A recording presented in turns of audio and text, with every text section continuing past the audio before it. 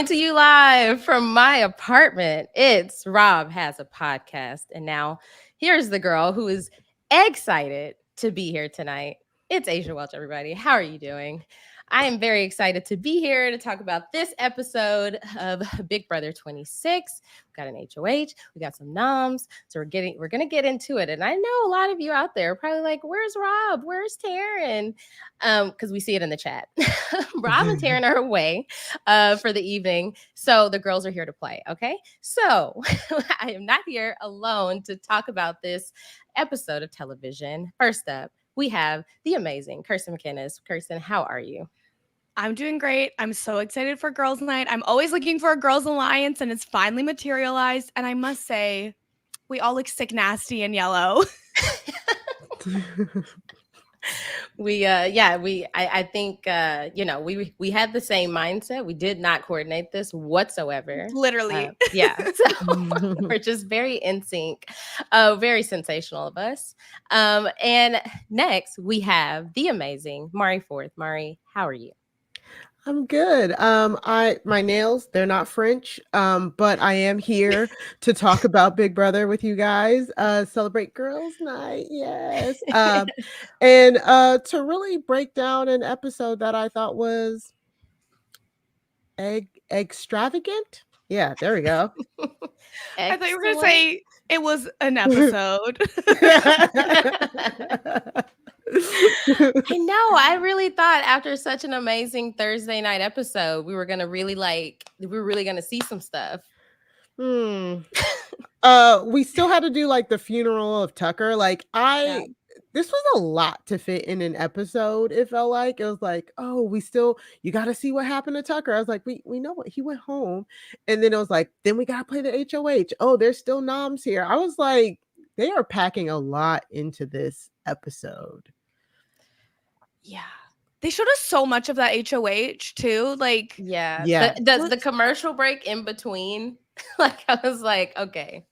They like milked it for everything that it was worth, but I don't know. I just really thought we were gonna get more in that back room, but I don't know. We can get into it. So we got to see them in the back room, and it was Chelsea saying, "Everybody do what you need to do."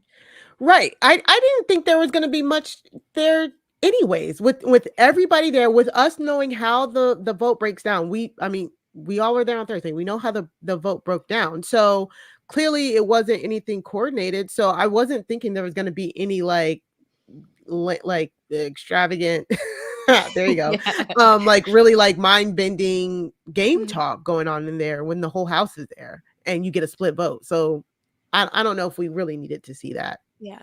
I like seeing Chelsea take control of the room and kind of make a bit of a speech, which I think was probably designed, or at least it worked, to keep them from splitting off into smaller groups to maybe change anything or flip any of the votes that had already been flipped. Like, that's cool.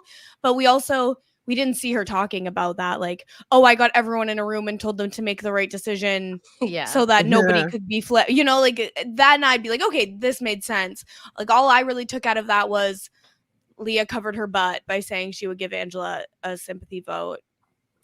Yeah. I think honestly, the only thing that I thought we might see was one of the pro Tucker votes trying to say, like, guys, like, we're keeping Tucker, right? Like, come on. I don't know if I would have expected that from like a Kimo or a Joseph, but maybe Rubina like fighting for the love of her life. I don't know. I just thought that it was going to be some type of fight. It wasn't what I expected, just to see Chelsea be like, look, we don't have to vote as a house. Y'all do what you want to do. And I love that all of the houses need to hear that information. Yeah, it just really goes to show you how on lock Chelsea had that vote before. Like it didn't feel like a last minute scramble like the to Kimo Cedric's vote out. You know what I'm saying? Like, even though they also put in work beforehand, they still had to check in with their people. Chelsea was just like, oh yeah, we're good. But I think it also speaks to how obvious a decision that is. Tucker is sitting there on the block, vulnerable for the first time in, what did Taran say, 6 weeks? And like, I don't think anybody who was willing to flip on him was going to second guess that choice because it's too blatantly obvious. Yeah. Honestly, props to Chelsea because, like, I think it was talked about on the update this morning or one of the updates. They all blend together. Yeah. But just like the fact that Chelsea was not in a good position and then now she's in a good position, or like she was in a good position, then she wasn't, and now she's back. She realized, okay, look, I can't operate from where I was, so I needed to take control. And what better way to take control and get out Tucker? I mean, speaking of Tucker, do y'all feel like we got more Tucker in this episode than some of the house guests? Well, yes. It's like this is their kind of last opportunity to say, like, good night, my sweet prince. You're your way. Like, production. This was for production. They had to give everything they had of him there to get rid of it.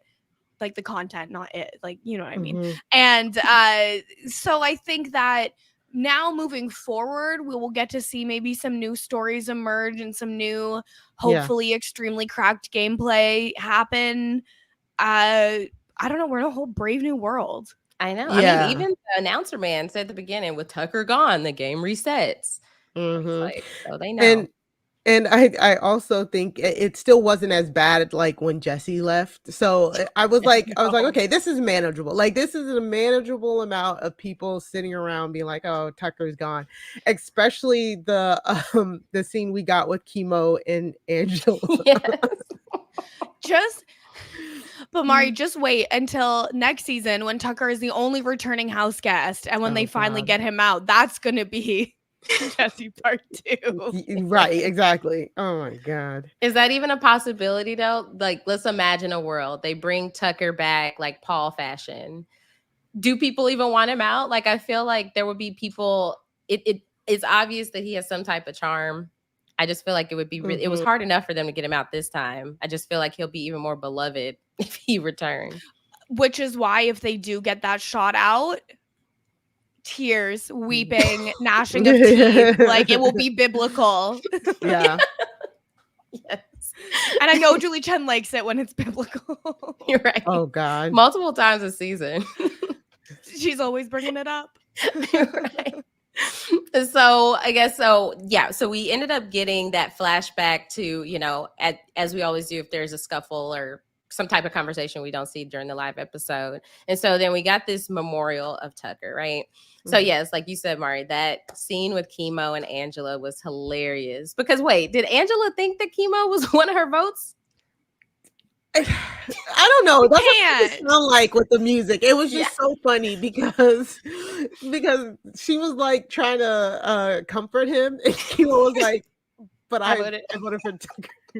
I voted for him to stay, actually." And then the music be like, and Angela and her trying to fake cry. I'm getting over it. I am getting over it. Like I get it. Added up to here. I get it. I know the fandom loves cracked Angela, and I do too. But it's right here with these fake tears. Okay. We need on Love Island USA this summer, there was a contestant named Leah who yelled at this woman Kaylor and said, "It's giving white woman scared," and someone needs to say that to Angela, period. Like, enough. And especially like there aren't even any tears coming out of her eyes. No, like she was trying to do it. She was doing her thing. Like, at least who was it on Love is Blind, Asia, who put in drops? Like, at least she can get the damn eye drops if she's gonna do, like, if we're gonna fake cry, I want tears. Figure it out. Literally, like, I don't like. Okay, keep an onion in your pocket, something, because it's like obviously this is like. Touch the onion with your fingers and just she needs to resort to just touching her eyeball at this point. Like, that would be better. She was poke yourself in the eye. Scratch your cornea if you really want it. Show us how bad you want it. Because literally, like, if she's gonna resort to this every single time, she's got to do a better job. Yeah. I mean, it's just, it's annoying at this point. They zoomed in as close as possible to see if there was any type of like loose tear duct, and there wasn't. her face was dry as a bone. Honestly, like I can't. drier than a face should be. Like, please. Oh, Angela. Yeah, I mean, at this point though, I feel like we're gonna be getting her for a while. I don't want to hear another one of her speeches either. I'm sorry, y'all. I get it, but I can't. Do you get Like, it? I mean, she's one of the big two. There have been moments where Angela has made a scene or made a week truly wild and given us great feeds. And I love that. But there's, like, I get, week 1, week 2. This is Big Brother. I'm living my dream. I'm so excited to be here. I need a new speech. Can you please do something in the game? Why are you saying, oh, I'll be alone. I'll just be on my own, but I'm not a floater. It's the math is not mathing. What are you doing? Thank you. She and then, I want to be in your alliance, and I don't care if I'm at the bottom. And then get mad when you're at the bottom. I don't know what she's doing anymore. Yeah, but the problem is she also doesn't know what she's doing, and she never has.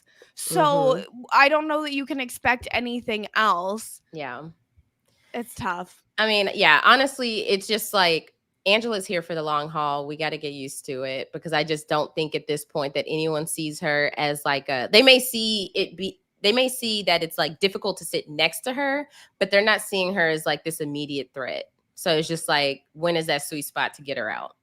Yeah. I don't know. So we also, what'd you say, Kirsten? I said, we'll see. We'll see, I guess. We also got to see Rubina's,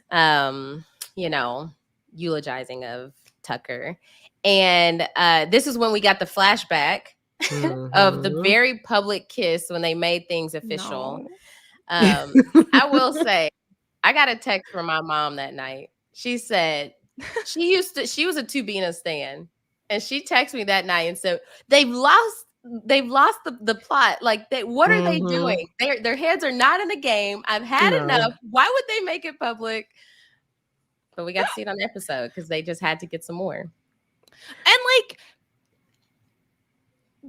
Tucker and Rubina are hot, okay? It's hot when, like, how he can, like, pick her up because she's so little and he's so tall. And, like, it's, like, the proportions every romance novel writes about, where they're like, she was so delicate and petite and tiny, 4'2" and tiny. And he's so big. And, like, it's literally what they write all of the romance novels about.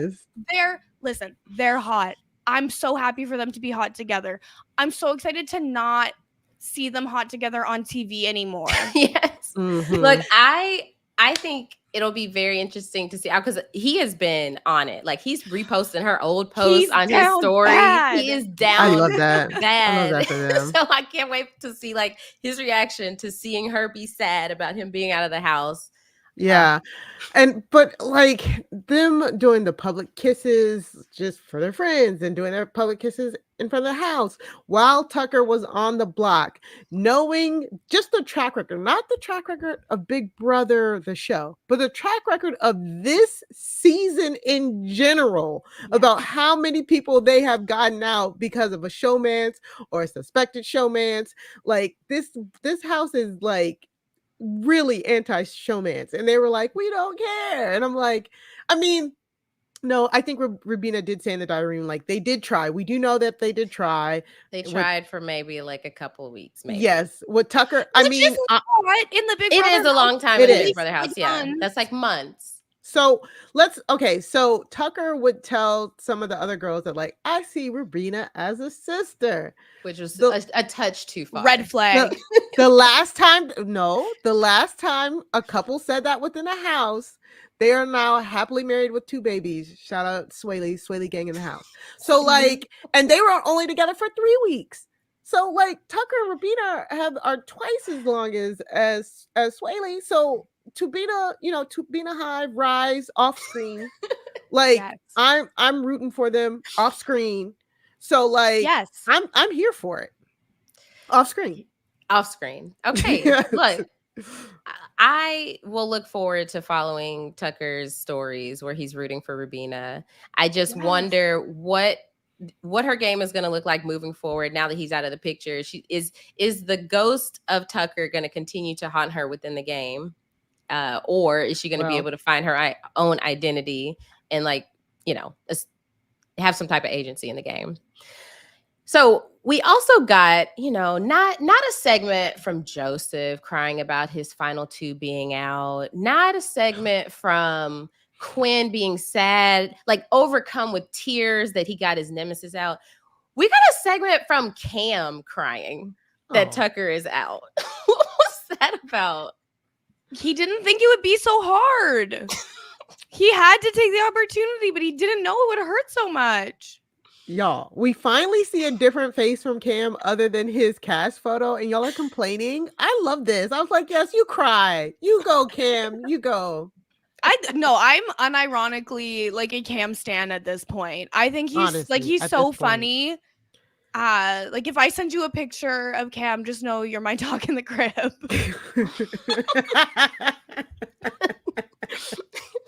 Yeah, if he's crying for Tucker, I cannot imagine him crying for his dogs at the crib. Yeah, Right. imagine Can you that. imagine? Can't Oh my imagine. gosh. Like, oh.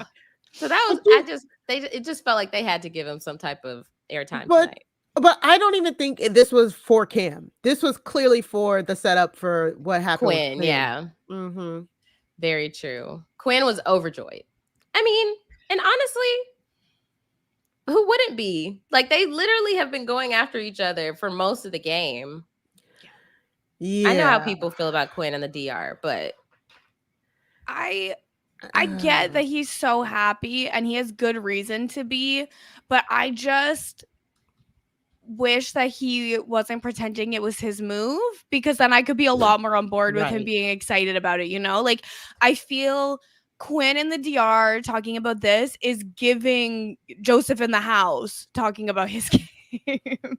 True. I think it's almost as if Quinn thinks, look, if I hadn't have been on board, then Tucker wouldn't be out of the house. You are giving him grace. He was going around the house like, I'm getting out Tucker. We're doing this. We did it. We're brave. Like, you were the fifth vote, or you were the last person brought in this plan. Like, to be on the bottom of the group of voters and then be like, yes, I'm getting Tucker out. Okay. I honestly, it's hard for me because I see like week 1, week 2, I was like, yes, Quinn, go, you got it. Go, super fan, go. It is, yeah, no, I can't, like, I don't care if you're a super fan. Sorry, what? Didn't he say like he doesn't watch the live feeds recently? Did he say that? Did I read false information on Big Brother Twitter and now what I think he said, which I could be wrong, is I think he said he's like a new feeds watcher. Okay. But I could be wrong. Maybe he said he doesn't watch feeds at all. Well, I don't know. I would be surprised. He talks to the camera so much for him not to be like a feedster. It's just like it's giving fake though. Like I love super fans in the house. I get it, but it's just too much. It's like fake over the top in the diary room. It's like now you're lying to us. Like we see everything. You're lying to me. Like I don't like that. You know what I'm saying? Like we've talked about the pathos of Quinn over the last few weeks and how he's slowly been like putting up this character, it feels like, or whatever. I don't know what it is. It's starting to get really off-putting, to say the least. And it's like, oh yeah, I evicted him in his girlfriend's skirt. Like, what are you doing? Like, what is happening right now? Like, if I don't know, maybe it's just how I perceived Quinn in those first 2 weeks. This is clashing with that so much that I'm like, like maybe this is the real Quinn. You know what I'm saying? Maybe he's been in there long enough that we've seen the real Quinn, but it doesn't feel like that to me. Like, I don't know. Yeah, I think it's just hard because he's so excited to be in there and he's so excited to play. And I'm so happy for him that he's getting to live out his dream. And when a producer is trying to get you to say what they want you to say and you give them what they want and they're laughing and joking with you, that feels good. So I can totally understand how you would end up giving the over the top DRs, even if you don't really want to, because you're just like getting that feedback, or like maybe you've spent so long not giving it to them that then they say something that like makes you mad, so then you get like, it's just, there's so much more psychology to how the confessionals work that I'm like, okay, maybe that's what's happening and he just really wants to please production. But I'm also like, my ears. Yeah, I really don't understand how people don't hear him without how loud he is. I know there's that hallway, but there's a certain level of like, can't be soundproofing like that. Right, that's intense. It's just almost too meta. You know what I'm saying? Like, we're now the meta game meta. Like, yeah, it's too hard. Meta. It's like, just be yourself. Just be yourself. The metaverse of being meta. It feels like later in the episode when we got his confessionals, when he was cycling through everybody to get their like everybody was pitching to him why they shouldn't go on the block. I felt like that was the real Quinn. He was very even keel, very just explaining what was happening. We weren't getting this like, you know, I don't know. I loved when he was like, Chelsea, I'm such a big fan. I'm just such a big fan of yours. Yeah, me too. He's like slay queen. Yeah. So no, not slay queen. He might as well. He probably said it. They just cut it out. Like, I don't know. Yeah, I don't know. Yeah. Before, or go ahead. No, I was just gonna say, like, I still like am rooting for Quinn, but I just need him to kind of focus on the game other than his perception, because I think that's what it's peeking through.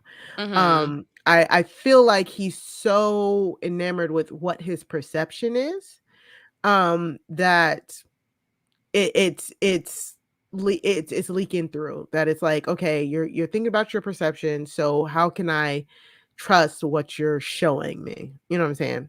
Right. And I know, and I will gladly say this to his face when we're playing Goose Duck in a few months, I'm sure. And I want to be very, very clear. Not one of us has said, oh, we don't like Quinn, or oh, we hate Quinn, blah, blah, blah. No, I gotta admit, just like most of the house guests this season, I'm neutral, because I don't really have faves like that this season, which is why it's so much fun. Right? It's such a pleasant watching experience that way, right? Yeah. Like being free of worrying about Suri in that house. Wow. Yes. Before we got to the HOH comp, we did also see like Mackenzie worrying about going on the block. We saw that T-Core actually was like, look, I can't blame them. They did what was best for them to like to get Tucker out, which I was like, yeah, what a way to look at it, rather than being like so hurt. Yeah. She just does not give her age. She's so mature. And I'm not saying that 23 is immature, but she just like, you'd look at T-Core and be like 31. I mean, when I was 23, I would say 23 is pretty immature. I don't know if the new 23-year-olds are different. I'm not sure. I don't know. Yeah, she's funny. But we finally did get the HOH filled with all of the egg puns. It was the taking the egg through the maze, putting it down the ramp, and knocking over the HOH letters. One of the biggest plot points on Twitter was just that Cam is allergic to eggs. So yeah, and like for an egg like. Would the shell, like, would that be dangerous to be like touching the shell of an egg, or is like it depends. If it's an egg yolk allergy, which is like one of the most common allergies, then touching the shell might not be that bad, as long as like another egg didn't break, onto that egg. It's just still all very dangerous that they shouldn't be doing, unless it's like a ingestion allergy only. But like, still, I know Cam's hands had to been like tingling at least after that. Oh, yeah, that's horrible. She needed some gloves, but then it's like that's harder to put some gloves. Well, they couldn't find like a different, like, why couldn't they do this with like a ping pong ball or something? I like that. Yeah, because maybe that's not heavy enough. But there's like to go down the ramp. there could be like little foam balls around that shape and size. Like, I guess it's a ball rather than like an oblong egg shape, so it'd be a little easier to roll, but like give extra letters to knock down or something. Yeah. And then they could all use what looks like an egg, but is not actually an egg. Right. I mean, but if they didn't use real eggs, we wouldn't have got that moment of Quinn knowing the trick to shake it to break the yolk, but then breaking the egg. Which was very funny. Yeah, And we did need that. We did And need that. And I knew that was gonna happen. Like, as soon as when they said Quinn won, and then they said what it was, I was like, oh, okay, because everybody, I hope everybody here knows the Peridium hack video. And Peridium always loves to do the hack videos. I always love to point him out, and this was on it. This was on his Big Brother hack video. So I was like, it was not shocking to me that Quinn knew that hack because he seems to really be in the know. But then at one point, like, I saw Leah shaking the egg too, and I know she's not in on it. So I'm assuming Quinn must have told her, or she saw him doing it, or something like that. Yeah, like the second you see someone else shaking the egg, you're like, can't hurt. Right. Like, maybe you don't have in your head exactly why they're doing, or maybe you instantly piece it together. I don't think I would piece together what they were doing right away. Like, oh, the egg, the yolk inside. Yes. Like, not me, not a scientist over here, but like, I'd be like, okay, well, they're doing it. I'm gonna try it, see if it helps. A very classic comp that I think they still kind of tweaked a little bit too, because they added those 3 obstacles. And then I wanted to ask you guys, did you think that they put the thing closer to? It looked like they had the 3 obstacles, and then the HOH letters looked like very close. Like, it looked like the board was almost close to the board. Close to the board. Yeah. Like, yeah. There were so many examples in the past of them making it down the ramp, but they didn't have enough to get as far as the letter. Yeah. No, and there was especially when I think Mackenzie hit her first letter, it literally looked like the ramp like hit it. And then the egg hit, like, it was very it was so close. Very, very close. Someone should have just stood there with the ramp alone, just trying to see if they hit the honestly, at this point. I feel like they probably would have gotten in some sort of trouble for that. Probably, yeah. And they also like aesthetically changed this, because this would be the chicken coop where it's normally like the chicken coop, but they made the bars bigger, and they made the maze portion out of like the really tiny chicken coop. Yeah. So they definitely really altered this, but it's one of those comps that anybody can win anyways type thing. So I love seeing this one. This is classic BB. I look at BB taking a comp that used to favor people with small hands and making it easier for people with bigger hands. Oh, suspicious. That's a great point. Yeah, I feel like we got a lot of funny moments throughout this comp, like the Chelsea's egg going through the O. That had to be frustrating. I would cry. I would legitimately be weeping if I had finally got it and it went through the center of the O. Like, yeah.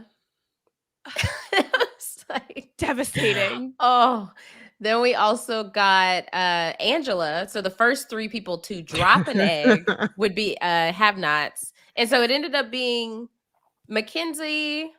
Who was the second person? It was supposed to be like Quinn, Mackenzie, and Kimo, but Quinn won HOH. Yeah. Right. So is it HOH trumps have not. Right. So there are 2 have-nots then? I think so. I think it's only Kimo and Mackenzie now. I really don't pay that close attention to the have-nots. That's my toxic trait. Who's eating slop? This is Kimo's third week on it though. Yeah. And he didn't do good the first, especially the first week. Yeah. I mean, honestly, he might have considered taking the Angela approach of waiting until he should have. That's what I have-nots were. But he was so close to winning. So yeah, that's true. It's tough. It's really tough.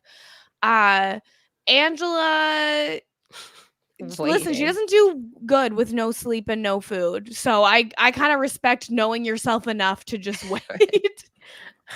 Okay, self-aware. Yeah, that was. She was like, Angela, wait. So it was yours, so mindful. Right. So cutesy. So cutesy. It was funny because it was like, that was a new strategy. Not only did she wait, right? Oh, wait. But she also tried to convince other people, like, hey, Chelsea, can you go ahead and drop so I can get started in this comp? And if I win HOH. Was the fourth. Angela is a have on ought this week because she was the fourth to break an egg. But is she? Wait. That's the whole chat is saying it. They're saying, "Oh yeah, Angela is one." Oh we'll my see. gosh. Yeah, because that's not good for her. Because Oh no, Angela does not thrive on slop whatsoever. Or she's not. Am I? I know it's Chat, bad stop period. lying to me. I fall very easily for misinformation. Chat, cut That's it out. not very You mindful, can't lie chat. Chat, don't lie to me. Oh gosh. I'm trying to think. Was there anything else from the HOH comp before we got to the winner? I think that was pretty much. I mean, we just kept seeing, Honestly, people were getting the hang of it. People were knocking down letters. I was like, if everybody seemed like they were in it at a certain point. It And did.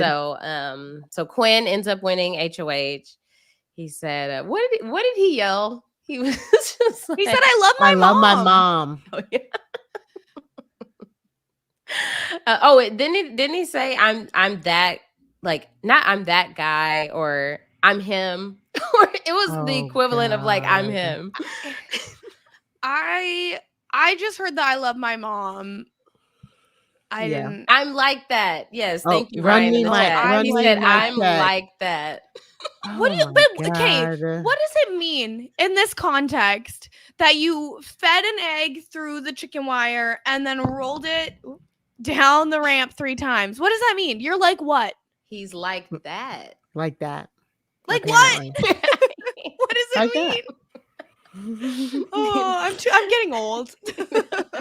It's very that. Like there's so much It's very Gen Z, the Gen Z AV slang in the house now that I'm like, I'm too old for that. we're all in our 30s. So we're Yeah. just like, I'm like, what?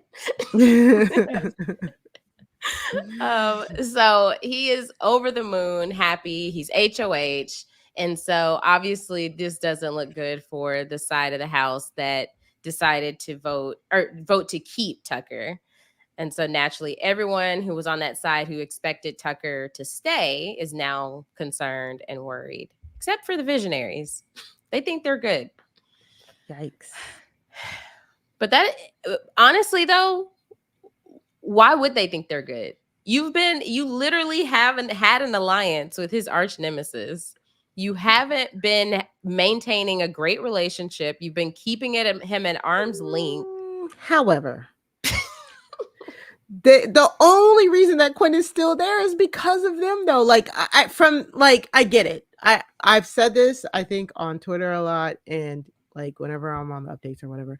Like I think Quinn and T-Core and Kimo, all 3 sides failed at really nourishing the visionaries. Like you can't just blame one side.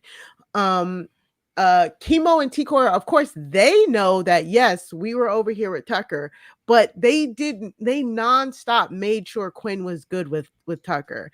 Even going so far as like getting the veto used on him, you know what I'm saying? Even last week, trying to convince Tucker Quinn was good. Even though, and it stuck for 2 seconds, but then it's Tucker, and Tucker went back to like Quinn I gotta get Quinn out. But it's like they all just don't know what the others know. And that's just been the story of the season. You know what I'm saying? Well, and the communication is poor.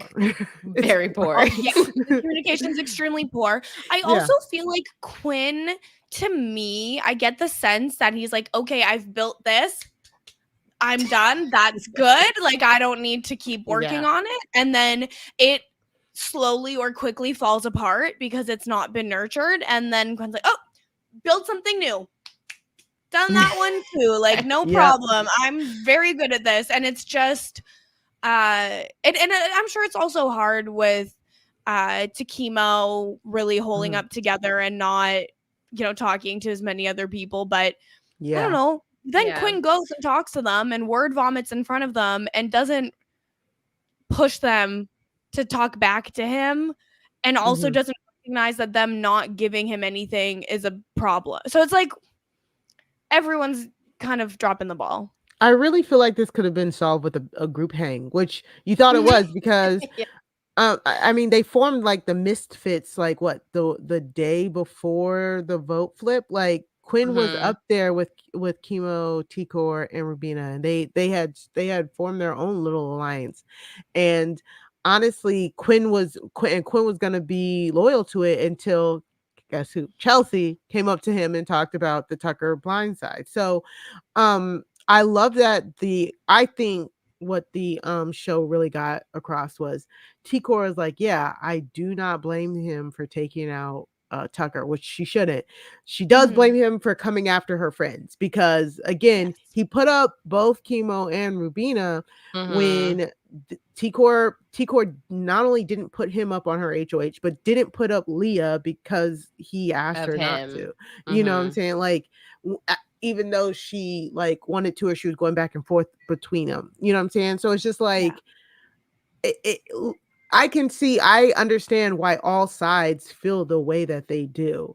It like honestly, I don't think anybody is overreacting in any of these situations. It's just this wild concept that if they just got together and talked, like alliances usually do, then they could have these expectations. But the fact that you go around assuming things, you think like, oh yeah, no, we have the visionaries, and then you talk once every couple of days and think, oh, we're good. Things should be solid. It's like these actions that are happening should not be a surprise. Well, and it's also, I think, like Angela's first HOH of the season, it built the foundation of the season on sand, and then every messy HOH since has just been sandier and sand, right? So it's like this, the house is just sinking, and it's not, it's like nothing is solid because the game didn't start on a solid foot, is how I see it. And so I don't blame any of them. Like I think pretty much everyone in the house is like a little, like they're not like not really great. Like there's a couple of people who definitely have the potential to be great, but even they get shaken at times, and that's what makes it fun. Exactly. I think that's why I'm enjoying the season so much, because like there's not one person that you're just like, this spectacular gameplay, and everybody else is just, you know, they're just letting them get to the end. It's like, no, everybody's kind of tripping over their feet. I think I like that everybody's been very self-interested. It feels like everybody's been very, very self-interested. The voting has swung like it's giving very much voting blocks. Like I like that. I like the power shifts and all of that. So this season has really given us everything we've been asking for in quote unquote modern Big Brother, like for a long time. So yeah. So pretty much for the rest of the episode, we got the campaigns to Quinn to try to see like who's going on the block. Quinn made it clear it was going to be Angela and Rubina. He just needed a third. He wasn't making it clear to them, but making it clear to us in the DR. So when he talked to Chelsea, he's like, okay, I want to do a new alliance with me, you, Cam, and Tikor. Why does a new alliance have to form every single week? Every week.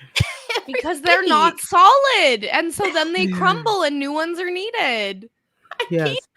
And a new alliance that is literally just the remnants of an old alliance. Like this is the same alliance. This was the alliance that was in power the first like 3 weeks. What are we talking about here? This house, it's like a bakery, and when you make an alliance, it has a best before date, and when that expiry is hit, you've got to make a fresh batch.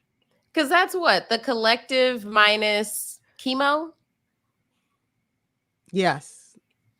Right, because it was Cam. I need to go open Cedric. Yeah, you're right. Yeah, from that's weeks it. ago. Yeah. Yep. Okay, let's reboot the collective. It's just like every time I open up Twitter on, let's say, like a Friday, Saturday, I'm seeing a new suggestion of an alliance, and I'm just like, what is happening? And then and I think Chelsea even says, yes, we need a new group, or it was either Chelsea or Quinn that said we need a new group to take over this game. And I'm like, but this is the old group. This is literally the old group. She's like, we actually need us back in power. I'd say it's a new group. It's like, don't call it a comeback. Right. Let's get the gang back together. Oh my gosh. So we had all of the pitches, and this is when I felt like we saw more of the true Quinn, because he was really just explaining why each person he was explaining what each conversation meant to him. The one that really stood out was the Kimo pitch, because Quinn basically said, like, hey, I'm not saying you're not going on the block. And Kimo didn't like that too much and even doubled back and came back to talk to him. Like, hey, just so you know, I don't like it. And it's like Quinn's like, hey, it really wasn't like a discussion. Like, this is what's happening. I still don't think Kimo is forceful enough. Kimo was like, hey, I know I'm probably going on the block. Don't ever say that. Don't say that. Yeah. Say, I really don't think I should go on the block. So he starts naming votes. Half of those votes, I was like, Kimo, you know you don't have those votes. I would have been like, I don't think I have those votes. Like, you gotta push back. Like, you gotta push back, especially if like this was at one time your final two. Now, you know, Kimo has, you know, did some things to mess that up. Lots of things. But it's this is right. This is still supposed to be somebody that you were still working with like last week. And he's even pretending to still work with you right now. I mean, he is like in Quinn's brain, he still thinks he can work with the people who stayed, which is weird, wild, nuts. But like you should try and push back a tad bit more. You know what I'm saying? Like, at least Angela was like, don't put me up. Please don't put me up. I don't want to be on the block. Please. Yeah. I like what Sasha said in the chat. She said, it's giving a Brant Still season. It is. And it's so fun. Like, especially too, looking at the comp spread at this point, everyone except Joseph, Leah, and Rubina have won a competition. Which is just beautiful. Stunning. Yeah. And so, I mean, we kind of already talked about it, but like T-Core didn't really like the idea of Kimo or Rubina going on the block, even though T-Core was safe. But I get it. It's like, these are your allies, and Quinn is supposed to be your ally too. But, you know, she's seeing it as, okay, if he puts them up, one of y'all up. Yeah. She's like, if he puts one of y'all up, like, I'm coming after him. So it's kind of interesting, like, because how do you come back from that? And this was my biggest fear. I said on Twitter, I was like, man, I don't want Kimo, Rubina, and T-Core going up against Chelsea, Kim, and Quinn. Like, no, I don't want it. I want them to join together and get rid of Leah. Like, I can't. Unfortunately, or fortunately, depending. Leah has an army of simps. She does. She does. Simp army. Yes. She's doing what she needs to do in that regard. So I can't even blame her. If I had that power and I actually got to go play Big Brother, I would want a simp army too. Yeah. I could never. Goat army. It's all about that simp army. That simp army. Yeah. Just forever loyal. So pretty much we get the idea that Quinn is leading Kimo, and then it's time for the nominations. And before we get to the nominations, Angela has to speak with her family for a second. She's just going, if he puts me up, I'm going to fight. It's just like, I love the music they put behind Angela. Like, I truly do. It just makes it 20 times better. It's just giving cinema. Every time. It's giving high budget movie. High budget. Right. It's like, it's not Lifetime, it's HBO. There you go. Yeah. That home box office. But yeah, this is what she's just going to give at this point. But we end up seeing that Angela, Rubina, and Kimo are nominated. In Quinn's speech, he said, like, he's been called a narcissist, an idiot, untrustworthy, and worst of all, unfunny. He just wants to get his target out. He's just like me for real, because I would be like, agreed. That is the most heinous thing you could say. You mean you don't laugh at me? Like, what? Laugh at him or laugh with him? Yeah. Oh. I would listen. Us jesters would take both. Oh my gosh. So those are our noms heading out of the episode. Quinn does confirm with us that Angela is indeed his target, and T-Core has lost complete trust in Quinn. So let's see. Do we have any questions from the chat about the episode itself? Let's see. Like we have a few. Yeah, let's take let's take JP. So JP says, why would Quinn not put up his romantic rival of Joseph? They're super fans. He said that, look, that's his fellow super fan in the house. He can't take out Leah's other simp. It would make Leah mad. Yeah. Yeah, I think that's it. Like I was thinking that too. Like I was thinking like, is there a world where Quinn would put up Joseph? And Quinn had said beforehand, like a few weeks ago, he had noticed that Joseph, after Quinn's fall from grace, when Cedric left, he saw that Joseph was moving into his position, his spots with Leah, with like Kimo and Tikor, Tucker. Like he was moving his way in. They both really do occupy the same positioning in the house. I mean, they think it's higher than what it really is, but they both occupy the same mid-level position. So you would think if he got rid of Joseph, it would move him up the rung. But as of right now, it doesn't seem like Quinn has noticed that. Yeah. We have another question from Melissa Elliott. Question: when Chelsea says Pentagon forever, how far is that loyalty actually going? So if we think about who the Pentagon is, That triangle now, right? Yeah, just Chelsea, Cam, and Quinn. Yeah, I think she could be loyal to that. That sounds like a good forever. And it's then a great. Sorry, you go ahead, Marie. No, I was just gonna say, and they said they wanted to add T-Core too in the episode. They want to add T-Core. That is literally a perfect Final Four for Chelsea. So yeah. So why wouldn't she? The fact that Quinn is signing up for that Final Four to me is bonkers. Like just bonkers. You want Cam it's a red and flag. I'm confused. So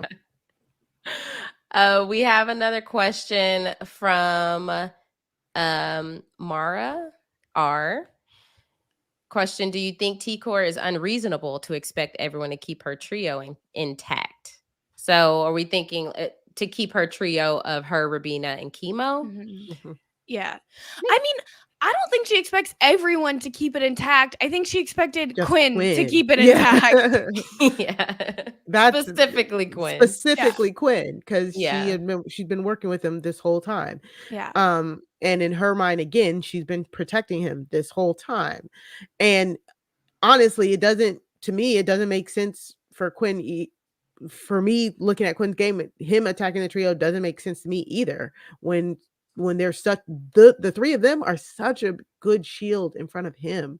So like him taking the shot to me doesn't make sense either. So is she unreasonable? No, maybe again, it's her point of view. I'm not gonna invalidate anybody's feelings and stuff like that. But also it's just kind of like, there's three of you. Like somebody's gonna go eventually. And she knows that. It's just wild for Quinn to do it. Yeah, because in theory, he should be taking out the people that would maybe give Chelsea more numbers going down the stretch to potentially take him out rather than doing that for her. Like I didn't even know he was that close to Cam. Like I knew they've always been in a lot, like in the Pentagon and the Alliance together, but I swear I feel like I've never seen them hang out.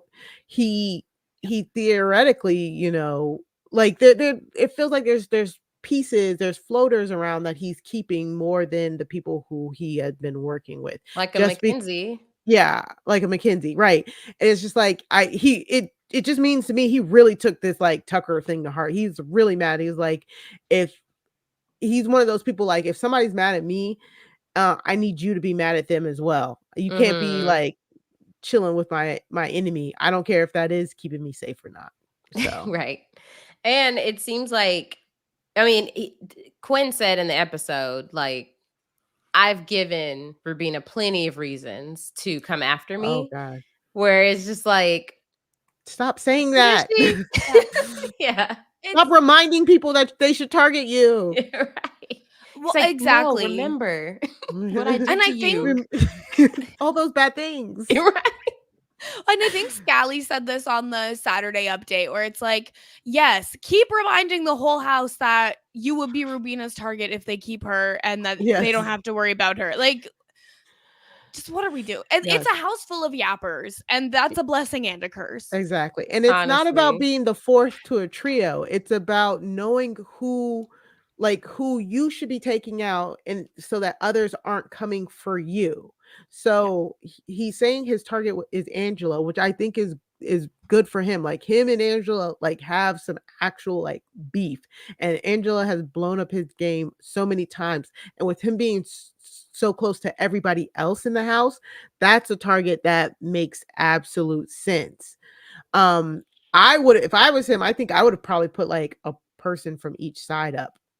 Same. That's what I would have done. Like, yeah, I would have. Why I would have put up. not? I would have put up Rubina because he's put her up before. I would have put up Angela because she's the target. Because she's And Angela. then I'm sorry, I would have pulled the MJ card and been like, "Sorry, girl." Yeah, like Yeah.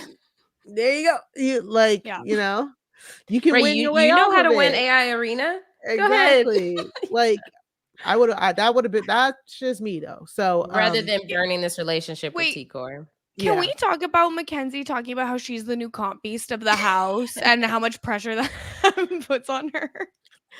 The head, what is it? The head is heavy that wears the crown or something like that. She lives Miss in a AI different Arena universe. Like all and all of them do. Like it's not just her. And like every single person really has like their view of how the whole house lays, and they just assume everyone else is down with that and agrees with it, and then operates in that way. The only difference is Mackenzie to this point hasn't been given like any real information, so it's all made up. Yeah, it's comical at this point. So we are going to shift gears into the spoilers. So if you don't want to know about the spoilers, hop out now. Of course, we'll be back to talk about, RHAP will have recaps of every episode. You can catch the live feed updates every morning. But now we're going to talk about the spoilers and what has happened up until today. So, Kirsten, take it away. I don't know the words. Like, the Office of Civil Defense has issued the following message. This is a spoiler. A spoiler. Yeah, you can definitely dance to this. What a beat.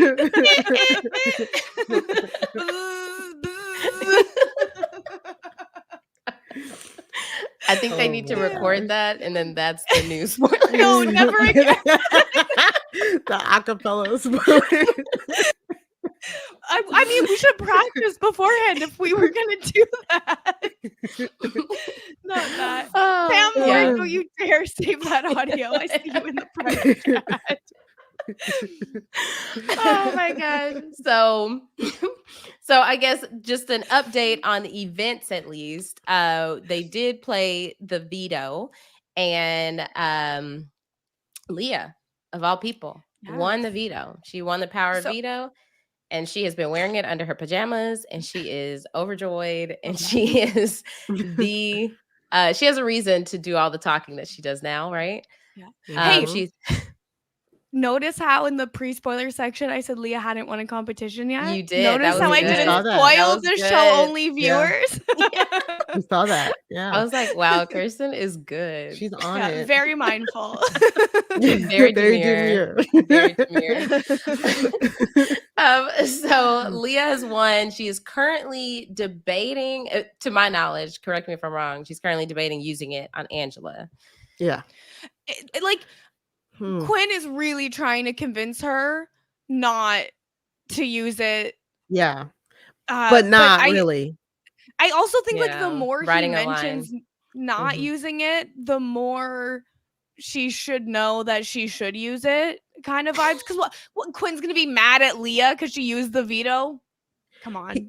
He's really not setting a hard line, which is very frustrating to watch. Yeah. It's like He's like, but like he's just like making like small excuses and stuff like that. And it's Leah. Like, if more people are pushing her to use it, then she might use it. She keeps like people keep asking her, like, are you gonna use it? She's like, I'm gonna think about it. I'm gonna think about it and let you guys know it tomorrow. Like for Quinn, that should not be acceptable because he cannot be like trying to figure out a nom like at the ceremony. Yeah. And he did say, Taran mentioned he did say like a Skittles strategy, like, oh, maybe y'all have to pick Skittles. Honestly, he should be using that to scare the mess out of the rest of the house. If he doesn't want the veto used, I'd be like, okay, all right, so it's gonna be random. You love Dan. Dan is one of your faves. Renom roulette. Like, come on now. Like, scare these people into doing what you want. But Quinn can't do that when it's Leah. Like, because he's so infatuated. Listen, yeah. Quinn could do replacement nominee roulette, but Dan could never say, "You're sick, nasty. You remind me of the Minions. You look cool in yellow. You're kind. You're good at cooking." The word that comes to mind is sensational. I like your smile. You treat people with kindness. You're really funny. You're really good at cooking. That's just I saw this quote going around because it spread like wildfire, right? As soon as he said immediately. I mean, I saw every meme of it before I saw the actual clip of him saying it. And it's when you see him say it, it's worse because he said so much more. You're really funny. Oh. Quinn, he is so down bad. And she's like, Leah said, I'm genuinely excited for you. And Quinn was like, that's my soulmate, like big eyes, ooga ooga. I cannot. Yes. Sensational. Like this part should let you know why we're all wearing yellow now if you're not aware. Like that was so listening to it, I was like cringe. Like my skin is crawling. Like again, Quinn, sir, stand up.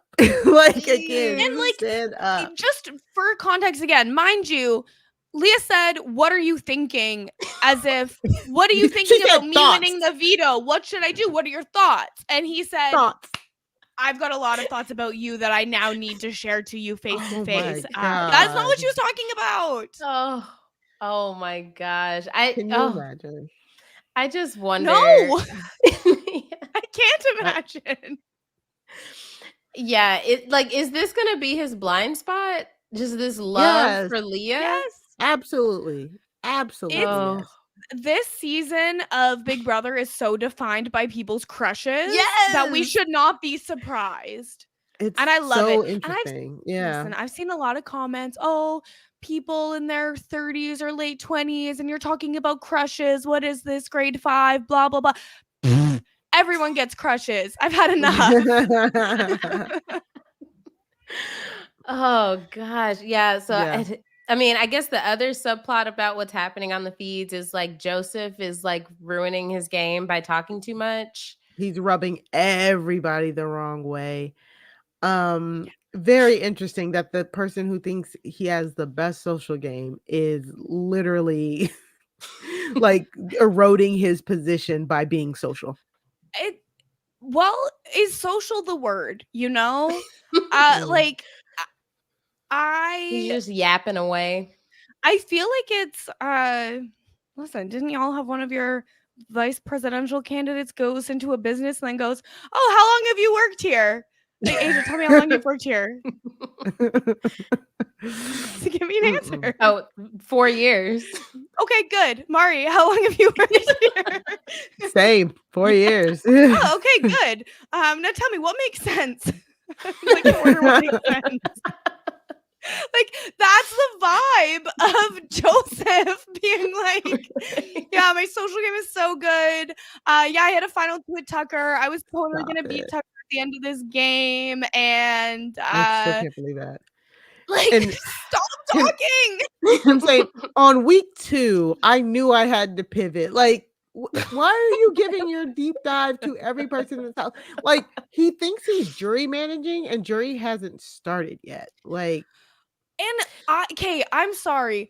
if Joseph wants to live in delusion and he wants to lie about how good he is at this game, save it for the damn final 2 speeches when people will be so mind blown by everything you're saying that maybe they'll believe it. Why are you priming right them now. for Like Jag all did. of these weeks when now they're already annoyed and don't believe you? So even if you do pull it out in the end, like, They're it's able to over. compare notes. Now Yeah. they're constantly talking about him. So it's just like, has he put him like has he put himself in a position to possibly be the renom if Leah uses the veto? The only thing I can think is that Quinn doesn't seem to want to target Joe. I think if anyone else was HOH, Joseph would be up Yeah. tomorrow. Very quickly. Yeah. And it's really interesting because Quinn doesn't want to put Joseph up, but I don't know if unless I missed it, I don't know if Quinn has really thought about who he would actually nom. Like I think He he's thought someone would really putting it off. volunteer. Yeah, he's really like trying to put it off. Why And are it's they like so obsessed with volunteers? Okay, it's final 10. I have to nominate 3 people. Let me make an alliance with the other 7 people. And then 7. if the veto gets used, one of them will volunteer. It's fine. This Big Oh my Brother is not a God. nonprofit. We do not need any more volunteers. This is insane. Right. And honestly, it's kind of like we got a question like who could Quinn sit next to in the final 2? I think Joseph. I think if Quinn and Joseph are in the final 2 together, I think Quinn does win that. Yes. Nefarious Foam asks who should Quinn's final 2 be?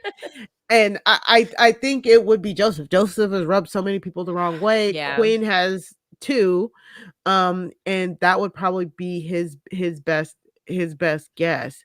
But then again, if you have T-Core in there poisoning the jury against him so heavily, who even knows if he can bring anybody and win. But like, yeah. Do you think they would vote for Angela over Quinn? I don't know. Okay, here's the thing. How do the 2 of them get to the final 2? Angela makes speeches that are very emotional and very from the heart. And as long as she like didn't piss people off too badly in the last like 3 weeks before the end of the game, I could see people voting for, I don't know, am I crazy to think that she could sway some hearts and minds? Yeah, she's able to chill for a little bit, like during that time frame. Yeah. I think it's possible. Which, like, I don't know. I feel like she's been like a little bit less less Angela lately. A little less Angela. Who? I don't know. I don't know. I personally would not vote for Angela just off rip. I mean, at this point in time, like I would in fact be getting in yelling matches with Angela probably every other day. Like I don't know that I would do well with her in the house, but watching her on the show is great for me. Yeah. Mostly. We did get a question from Nick Fleece. Question: do you think Leah would beat Quinn or Joseph in the final 2? Both. Yeah, I think she's likable enough, and those 2, like Joseph is running people the wrong way. Quinn has done his stuff. At this point, it would just be like, well, I feel good voting for Leah. Yeah. Yeah. And I mean, Leah in a house of so much chaos has done a really good job of honestly being a RHAP floater and going where she needs to go to ensure her safety every week. And a clear floater. She's gotten the votes that she's wanted to get. Like she hasn't driven any of them, but the results that she wanted have happened. And I mean, in a house this wild, that's pretty consistent and good. I think she could probably make a good case for herself. I thought it was hilarious when the deep fakes are happening. She's like, the Pentagon, I don't know anything. And she's doing just fine. And can we talk about that too for a second? Like, can you believe that, like, so Leah and Mackenzie have been very bad at this game, mostly because they don't have information that a lot of the house does. Again, because of how bad they play the game.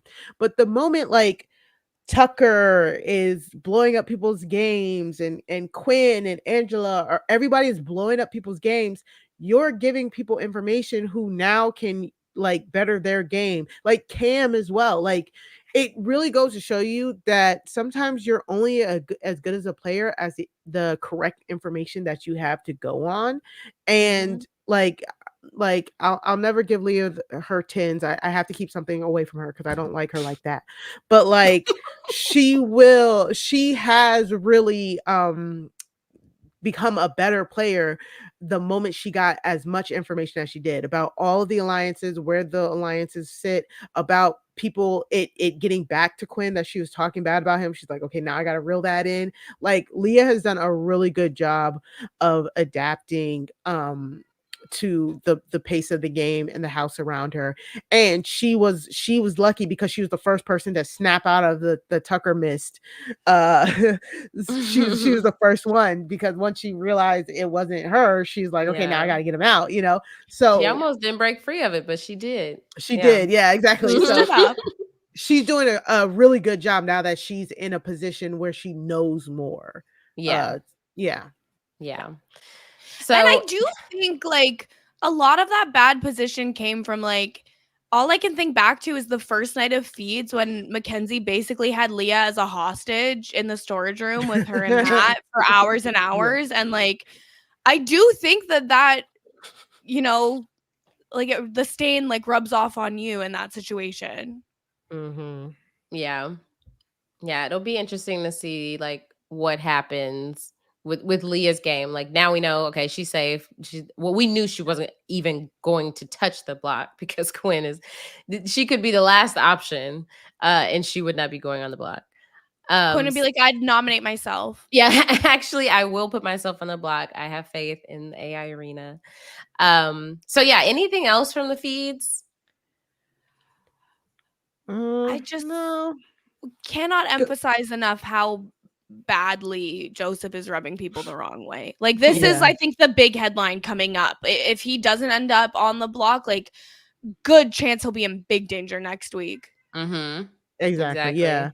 If you want more live feed coverage, go look at the live feed update. This is girls' night. This isn't the live feed update. Right. We'll give you just a little highlights this morning. He did. Yes, in his yellow. Did. Yes. He looks so cool in yellow. Yes, we love a boy in yellow. Absolutely. So ladies, we did it. We did it. We survived we without give the keys back. Rob and Taran. We didn't scratch the thing. Yeah. I feel like the comments were like mostly, but like people stopped asking where Taran. They're like, okay, Taran got a night off work. Yeah. Nice. Like he deserves a night off too. Right. we filled in, and maybe we could get the spoiler song for next time. But other than that, I think what we did was just fine. It gave plenty of people time to close out YouTube. We gave them a buffer. I bet there was people slamming that close the tab button in my ears. Like, ow. So yes, thank you everyone for joining us. Make sure you go subscribe to the RHAP YouTube channel. Go to robhasawebsite.com/subscribe, and then and sign up for Big Brother feeds through robhasawebsite.com/BB26. We do have the slop for this week. Slop week number 7. That is wild. This season is flying. It will be recording on Tuesday this week at 6 p.m. Amon Adwin for real this time. Maybe. I don't know. You got to tune in to see. You got to be a patron.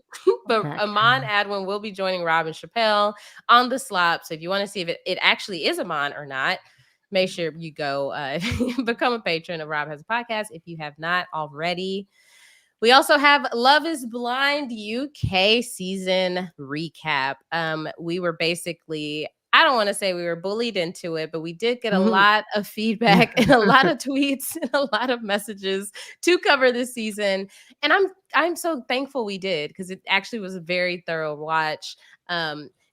Kirsten, you like this. I told Mari, I was like, oh, she was like, have you watched Love is Blind UK? I was like, no, I'm watching Too Hot to Handle. She said, what? You're watching Too Hot to Handle? Yes, the queen. Too Hot to Handle was fun. Prioritize that Yeah. over Love is Blind UK, though. This is, I Kirsten mean, might. I famously have not watched Love is Blind yet because I know I'll like it too much and be a menace to everyone Yes. around me. So I'm like, I'm keeping myself from it on purpose for the good of the collective society. And one day I'm gonna really need Love is Blind and it's gonna be there for me, and I'm gonna have so many seasons to binge watch. It's There so you go. good. And honestly, this was the first season in the UK and it was amazing. I felt like it was a very mature season. Mhm. But me, Jason Reed, and Mary Kukowski got together to talk about it. And we talked about what we liked about it compared to the US and got into all of the couples. So we had a great time. So definitely go check that out on the RHAP YouTube channel. And we have Mess Magnets. What's going on over there? Yes. So this week, Lavina joined me to fill in for Sasha while she was away gallivanting across the world. And we talked about Sabrina Carpenter's new album, as well as like some of the lore between the lyrics, the love triangle, allegations, and just a bunch of mess, and had a lot of fun. Love that. I feel like I get a taste of that on like TikTok, but And where do you think we find our stories for Mess Magnet? Then we also have a crime scene. Yes, me and Sarah Carradine, we have a true crime podcast where we watch true crime documentaries, docuseries. We rate them and tell you if you should watch them. Last week we did Taken Together: Who Killed Lyric and Elizabeth. We were joined by Mary Payne Gilbert from the Pink Shade podcast. We had it's really hard to say. We had a lot of fun talking about like child abduction and stuff like that, but like, we watch the documentary, we give our ratings. It's a really fun time that we can make it. So go to robhasawebsite.com/crime feed in order to subscribe to the Crime Scene podcast. We have some really good stuff like coming up as well. And if you haven't watched if you haven't listened to an episode of Crime Scene, we have all of your favorite RHAP people on. We've had Aysha on, we've had Kirsten on. We'll have so many people coming up. So just make sure you subscribe. Awesome. And then, of course, become a patron. Like we talked about the slop earlier, that's the only way you can consume the slop is if you are a patron. You can get great things like the slop, the BB Q&A with Rob and Taran, Discord watch parties, and just the community of being a patron. So make sure you go become a patron at robhasawebsite.com/patron. Yay, we did it. This has been awesome. I love podcasting with you too. It's such a joy. See, I got pepper and cinnamon in the background. Kirsten, I got Steffi and Venus. Yes. It's getting close to their wet food o'clock, so I'm being reminded. They think I forgot. Like, come on, Mom. Like, it's dinner time. Sorry about that, y'all. So, Kirsten, where can people keep up with you? Yes, so you can follow me everywhere at Kirsten Said What. That's Instagram, TikTok, Twitch, Twitter, all of them. I was on the 90 Day Fiancé to cover the last 2 parts of the 5-part tell-all of 90 Day Fiancé Happily Ever After with They Puya. just keep More and expanding more. that. The season was 26 weeks long from start to finish. Like literally, That's like much. it's like they say, like God only gives his toughest battles to his strongest soldiers, and that's truly Puya watching 90 Day Fiancé Happily Ever After. But that sounds biblical, Kirsten. And yeah, so you can check out that as well as follow me everywhere. I'm just popping up on Big Brother with Mess Magnets. That's all for now. Love it. Mari, where can people keep up with you? You can find me on Twitter at Mari Talks Too Much. That's 2 like the number 2. I had an incredible time. This is very sensational. We looked really cool in yellow. We treated people with kindness here. So if you want to follow me, you can follow me on Twitter. You can subscribe to Crime Scene, but you can also check me out on Recap Kickback, where me and Chappelle review TV shows and movies like only we can. You can go to youtube.com/@recapkickback. Or go to recapkickback.com to subscribe. We are working on so many fun things over there. So just make sure you go check us out. And y'all can follow me at Aysha Like Aysha. That's AYSHA like ASIA to see what I'm up to.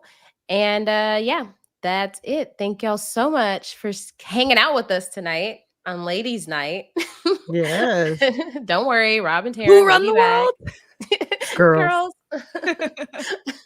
So thank y'all so much for sticking with us, and we hope y'all have a good night. Bye.